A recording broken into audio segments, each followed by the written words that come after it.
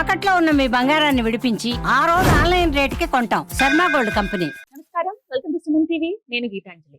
మహాకుంభమేళ జనవరి 13వ తారీఖు నుంచి ఫిబ్రవరి 26వ తారీఖు వరకు ఎంతో వైభవంగా జరగబోతోందండి.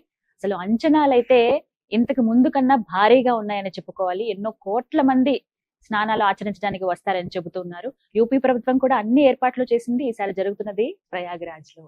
చాలా మందికి వెళ్ళాలని కోరిక ఉంది కదా, కానీ ఎలా వెళ్ళాలి? అసలు ఈ కుంభమేళ విశిష్టత ఏంటి? ఎందుకు స్నానం ఆచరించాలి? ముందుగా సాధువులందరూ వస్తారని చెప్తారు, అది నిజమేనా? వాళ్ళని మనం దర్శించుకోగలమా? వాళ్ళు ముందుగా రావటానికి, స్నానం ఆచరించడానికి కారణాలు ఏంటి? ఇలా చాలా విశేషాలు ఉన్నాయి. ప్రస్తుతం మనతో పాటు స్వామి సిద్ధయోగి గురువు గారు ఉన్నారు, వారితో మాట్లాడదాం. గురువు గారు నమస్కారం అండి. జై గురుదత్త. ఎలా ఉన్నారు?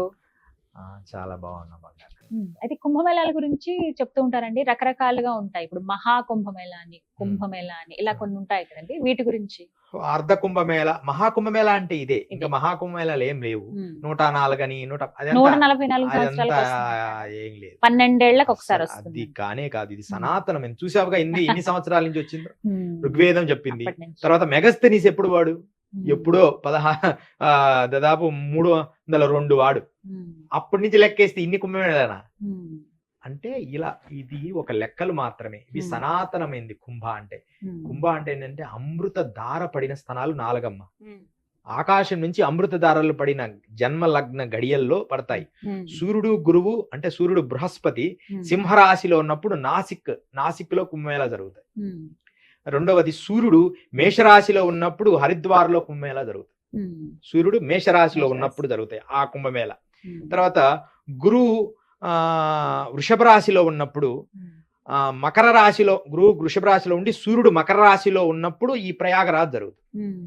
తర్వాత గురువు సూర్యుడు వృశ్చిక రాశిలో ఉన్నప్పుడు ఉజ్జయిని మహాకాళలో జరుగుతుంది. ఇవి 4 కుంభమేళ. అయితే మనకు ఈ ప్రయాగరాజ్ ఎందుకు అంత ప్రాధాన్యత? గంగా యమున సరస్వతి నదులు 3 కలిసిన స్థలం ఇది. 3 నదులకు కలిపి మహాకుంభ అంటే అన్ని 3 నదుల సంగమము. అక్కడ అమృత దాడ పడిన గడియలు అవి. అదే అనమాట. అందుకే ఆ రోజు ఇప్పుడు ఈ కుంభమేళలో పవిత్ర స్నానాలకి కొన్ని రోజులు ప్రత్యేకంగా ఉన్నాయని చెప్తున్నారు. 45 రోజులు ఏవైతే ఉన్నాయో, జనవరి 13 నుంచి ఫిబ్రవరి 26 వరకు, శివరాత్రి వరకు అండి. ఇందులో అతి ముఖ్యమైన రోజులు అంటూ కొన్ని ఉంటాయి అంటారు కదా గురువు, అవి ఏంటి? 4 ఉంటాయమ్మా మొత్తము. 4టిని మనం ఒక 4టికి సంబంధించింది మనం ఒక పేపర్ చూద్దాము. 4 ఉంటాయమ్మా. ఒకటి 14వ తారీఖు, జనవరి 14వ తారీఖు అద్భుతంగా జరుగుతుంది సాహిస్థానము. యోగులందరూ ఆ రోజు మునుగుతారు. సాహిస్థానం అంటే అదే, సాహిస్థానం అంటే అది. కానీ 13న ప్రారంభిస్తున్నారు కదా. 13 మరి 14న అంటే ప్రారంభం అంటే ఒక గృహప్రవేశం చేసిన. కానీ ఆ హోమము పూజలు పునస్కారాలన్నీ కూడా 14వ తారీఖు చేస్తాము. ఆ తర్వాత 29వ తారీఖు జనవరి మౌని అమావాస్య. ఈ మౌని అమావాస్య అందరికీ కూడా ఉపాసన కానీ కర్మ తీసేయడానికి కానీ, అంటే ప్రకృతి శక్తిగా మారుతున్న సమయం అది. మీరు గమనించారు లేదు, ప్రకృతి అమావాస్య పౌర్ణానికి ఒక ప్రత్యేక వైబ్రేషన్ భూమి స్పందిస్తుంటది. మరి ఎలా గుర్తించాలి గురువు గారు? మీరు ఒకటే ఉదాహరణ, సముద్రం. మీరు చూడండి, సముద్రం దగ్గర అమావాస్య పౌర్ణమి రెడ్ అలర్ట్ చేస్తారు. ఎవరు సముద్రం దగ్గరికి వెళ్ళడానికి లేదు అంటారు. ఎందుకు అలా జరుగుతుంది? భూమి తిరుగుతున్నప్పుడు శక్తి విస్ఫోటనం అవుతుంది ఆ రోజు, పౌర్ణమి రోజు కానీ అమావాస్య రోజు. అందుకని మనలో దైవశక్తి రావాలన్నా, మనలో దుష్టశక్తి దూరం చేసుకోవాలన్నా పౌర్ణమి రోజు మీరు ఏదైనా ఒక గుమ్మడికాయ గాని ఒక కర్పూరం పెట్టుకొని అలా తీసుకొని దిష్టి తీసి పడేస్తే మీలో ఉన్న నెగిటివ్ ఆరా పోద్ది, పాజిటివ్ వైబ్రేషన్స్ మీ లోపల ఉంటాయి. అంటే ఒక రహస్యాన్ని మీకు అందరికి ఇస్తున్నా సుమన్ టీవీ వాళ్ళు. పౌర్ణమి రోజు కానీ అమావాస్య రోజు కానీ. ఎందుకంటే చాలా మందికి పౌర్ణమి రోజు వచ్చేటప్పటికి మాకు బాగుండదండి, అమావాస్య గడియలు వచ్చేటప్పటికి మాకు చర్మం మీద మచ్చ వస్తుందండి, బాగుండదండి అంటారు. వాళ్ళకి ఏం లేదు, ఆ రోజు రాగానే ఒక పెద్దవాళ్ళతో, మీ ఇంట్లో ఉన్న అమ్మలతో గాని కొంచెం కర్పూరం గాని కొంచెం గుమ్మడికాయతో దిష్టి తీపిచ్చి కొట్టిగలిగితే, లేకపోతే నిమ్మకాయ తిప్పి నలగొట్టడం, ఇలా ఎర్రబూసి అలా దీపం బూడిద గుమ్మడికాయలో నూనె పోసి లోపల ఇత్తనాలు తీసి సగం చేసి దాంట్లో ఒత్తి వేసి దీపం పెట్టి అలా తిప్పి పక్కన దీపం బయట పెట్టేస్తే అలా కూడా కొంత దుష్ట శక్తి దూరం అవుతుంది. సముద్రమే చూడు, అంటే ఒక రకమైన విస్తృతమైన శక్తి భూమి మీదకి ప్రవహిస్తుంది. అలా మౌని అమావాస్య రోజు మాత్రం లక్షలాది మంది, కోట్లు, దాదాపు 10 కోట్ల మంది అంటున్నారు. లెక్క ప్రకారం 10 కోట్ల మంది ఈసారి మహాకుంభమేళాలో ఆ మౌని అమావాస్య రోజు ఆ భూమి మీద ఉంటారు. ఒక దగ్గరికి 10 కోట్ల మంది భూమి మీద ఉంటే అక్కడ ఉన్న పవర్ ఎలా ఉంటుందో చూడండి.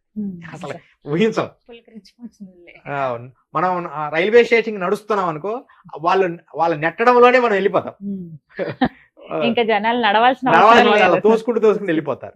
కానీ ఆ రోజంతా నా గురుగారు కేవలం రాత్రి సమయంలో 24 hours స్నానం చేస్తారు ఆ రోజు మాత్రం. దాని తర్వాత మనకి వసంత పంచమి ఫిబ్రవరి 3వ తారీఖు. ఈ 3 చాలా ముఖ్యమైనది. తర్వాత శివరాత్రి మహాస్నానం యోగులందరూ చేస్తారు. కానీ ఈ మూడిటిల్లో మౌని అమావాస్య రోజు మొదటి స్నానంలో మాత్రం ఖచ్చితంగా యోగులు వస్తారు.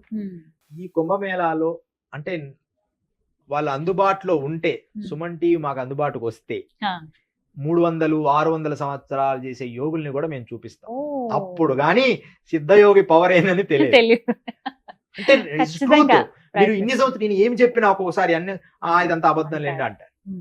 నిజంగా వచ్చేస్తారు ఇప్పుడు, కానీ మన అదృష్టాన్ని బట్టి. ఎందుకంటే ఎందుకమ్మా బర్ఫానీ బాబా ఉంటే అసలు హాయిగా ఇంటర్వ్యూ కూడా చిన్నగా అక్కడికి పోయి చేపించేవని, కానీ 2 ఏళ్ల క్రితమే పాపం కాలమయ్యారు. 300 సంవత్సరాలు జీవించారు. మీరు హిమాలయ యోగి 300 సంవత్సరాలు బర్ఫానీ బాబా అని కొట్టండి. మొన్నడమ్మ కరోనా ముందే ఆయన సాధిస్తే ఆయన నేను ఉండను, ఆయన ఇంకా చాలు 300 సంవత్సరాలు జీవించారు. అందరూ మన ఆధారం ఉన్న ఏది నెహ్రూతో వాళ్ళతోటి. అంతకంటే ప్రమాణం ఏం చెప్పాలి యోగుల గురించి. విశాఖపట్నం వచ్చేవారు వారు. సంవత్సరానికి ఒక 1 వారం రోజులు విశాఖపట్నంలో ఒకరింట్లోకి వచ్చేవారు. ఎవరు? బర్ఫానీ 300 సంవత్సరాల యోగి. ఏది నెహ్రూతో, పెద్ద పెద్ద ఇందిరాగాంధీ, వాళ్ళ గాంధీతో, ఏది వాళ్ళకంటే ముందు వాడు. ఇంకా అలాంటి మహాత్ములు. దేవరహా బాబా ఇందాక చెప్పానే, ఈ దేవరహా బాబా కూడా పూర్వకాలంలో తడిక మీదే ఉండేవాడు. మనం ఇందాక అనుకున్నాం కదా, ఒక ఆయన పైన ఉంటాడు మఖాన్ బాబా అని పైన. సేమ్ దేవరహా బాబా కూడా ఎన్నో సంవత్సరాలు చివరి వరకు కూడా ఆయన భూమి మీద అడుగు పెట్టలే దేవరహా బాబా. ఇట్లాంటి యోగులందరూ కుంభమేళాలో మాత్రం వస్తారు. వచ్చిన వాళ్ళు తడికల మీద తీసుకెళ్లి తడికలతో ముంచి మళ్ళీ అట్లా పంచలాగా భూమిని తగలనీయరు.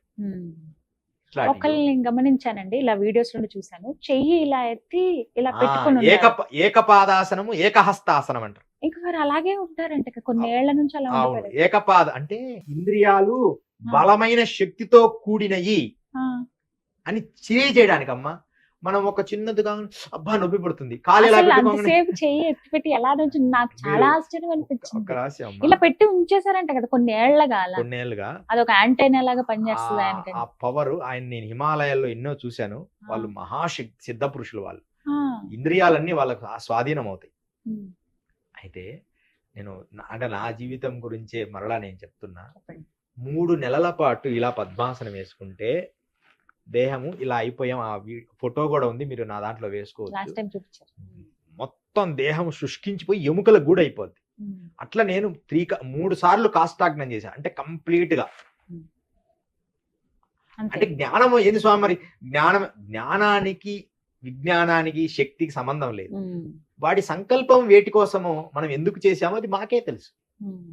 అలా చేసినప్పుడు మరి ఎమ్మడే వస్తాయి ఆ కాళ్ళు. శిష్యులు తీసుకెళ్లి రోజు వేడి నీళ్ళతో నూనె రాసి చిన్నగా మరలా 2-3 నెలలు పడుతుంది ఆ కాళ్ళు రావడానికి. కానీ యోగము చేత ఉండబట్టి, శక్తి ఉండబట్టి మరలా యాజ్ ఇట్ ఈజ్ కాళ్ళు వచ్చేస్తాయి. లేకపోతే నరాలన్నీ ఆగిపోయి బ్లడ్ సర్క్యులేషన్ ఆగిపోద్ది. కానీ వాళ్ళు అలా నీటుగా నూనె రాసి, ఏదైనా మా శిష్యులు ఇప్పుడు ఉన్న వాళ్ళు కూడా ఏదైనా పట్టుకుంటే నూనె రాస్తా ఉంటారు. నూనె రాత్రి పగలు చేస్తుంటారు. తపస్సు చేసినప్పుడు వీళ్ళు ఉంటారు కదా, మరి తపస్సు చేసినప్పుడు ఆగిపోతాయి మాయి. అప్పుడు ఈపు మీద గాని గడ్డలు కడతాయి మొత్తం.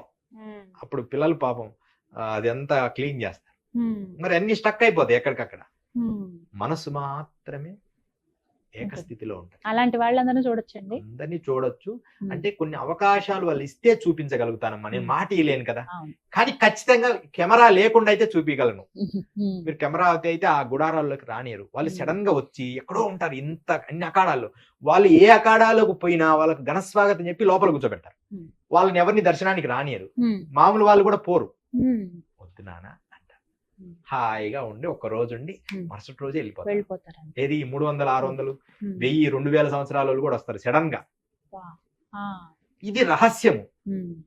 అన్ని రహస్యమే గురుగారు మరి చూపించింది ఏది అనా కాకండి. అందుకని నేను ఈసారి అంటున్నాను, కొంచెం ప్రయత్నం చేసి 200 సంవత్సరాల వరకు నేను ట్రై చేస్తా. ఏది కెమెరా లేకుండా మీకు చెప్తే నేను చూసామని నువ్వు చెప్తావు కదా, ప్రమాణం అది నిజమైన యోగులు అన్ని సంవత్సరాలు జీవించగలరు అనేది మనకు ప్రమాణం.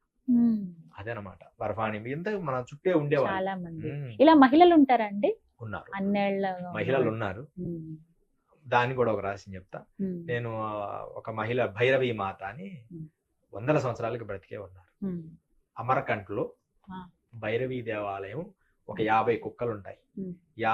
మనం వెళ్ళలేం, పర్వతాల్లో ఉండేది గతంలో. ఇప్పుడు కొంచెం కిందికి దిగి ఉన్నారు. కాళీ ఉపాసకురాలు భైరవీ మాత. నేను చూశానయ్యా అని చెప్పా ఒకప్పుడు, టీవీలు ఫోన్లు రాకముందు. నువ్వెక్కడ చూసావు అంటే, నేను చూశాను అంటే జనరల్ గా చెప్తాం కదా. ఇప్పుడు మాటల్లో ఒకసారి భైరవీ మాతను చూశాను అని చెప్పా, అంతే. అబద్ధం, అన్ని సంవత్సరాలు ఉంటారా? మరలా నేను మొన్న రీసెంట్ గా పోయి ఫోటో కూడా తీసుకున్నా అమ్మని అడిగి. ఫోటో తీసుకొని కొంచెం చిన్న వీడియో తీసుకొని ఆమెకు నమస్కారం చేసి సేవ చేసుకొని, హైదరాబాద్ లో ఉంటున్నానమ్మా, గురువు ఆదేశానుసారం ఇట్లా కొన్ని సంవత్సరాలు ఉండి తర్వాత హిమాలయస్కి వెళ్ళిపోవాలి అంటే, మంచిది బెట, గురువు చెప్పించి చాలా వరకు సాధువులు సాత్వికంగానే ఉంటారండి. కోపం ఉంటుంది వారికి. కోపము నేత్రం వరకే, హృదయంలో ఉండదు. కానీ తప్పు మాత్రమే కోపం అమ్మా, తప్పు చేయకూడదు. తప్పు అంటే ఏంటి అంటే, ఇష్టము లేకుండా ఏ కార్యము చేయకూడదు. అయిష్టముతో, ఇప్పుడు ఒకరి వ్యక్తి ఇష్టం లేకుండా వాడిని బలవంతంగా చేయకూడదు. ప్రేమించాలి. ప్రేమే భగవంతుడురా. ప్రేమ అనే ఒక పదమే బాగుంది, కానీ అది ఇప్పుడు అన్నెసెసరీ అయిపోయింది. ప్రేమ అంటే చెడు. ప్రేమ ఎంత గొప్పది. రాధాకృష్ణ, గోప, మొన్న ప్రేమానంద మహారాజు బృందావనంలో వెళ్ళొచ్చా నేను గురుగారి దగ్గర. ప్రేమ వెళ్ళగానే ఓగులించుకొని ఒక పూలమాలేసి, ప్రేమ అంత గొప్పదమ్మా. అంటే ఇప్పుడు వచ్చిన ఘోరాలు కానీ ఎవరైనా సరే వాళ్ళని డైరెక్ట్ గా ఫోటో తీయడం కానీ మాట్లాడడం కానీ ఆ ప్రయత్నం అసలు చేయొచ్చా? సాధారణ మనుషులు ఎవరైనా చేయొచ్చు. ఇప్పుడు అందరూ అలవాటు పడినారు. కానీ నిజమైన అఘోరాలు ఇష్టపడ్డమ్మా. నేను ఒక ఉదాహరణ చెప్తా. నిజమైన అఘోరాలు ఇప్పుడు నేను చూపిస్తా. నేను తీసా, ఒక వీడియో తీసి నీ దగ్గర భద్రపరుచుకొని ఆయన అన్నారు. అయినా కూడా నేను ఒక దాంట్లో పెట్టా. ఎమ్మడే ఆయనకి తెలిసిపోయింది. ఫోన్ తెలిసిపోయింది, ఎమ్మడే ఫోన్ చేశారు. చేసి, నువ్వు ఫోటో అప్లోడ్ చేసినట్టు అనిపిస్తుంది, రిమూవ్ చేయాలి.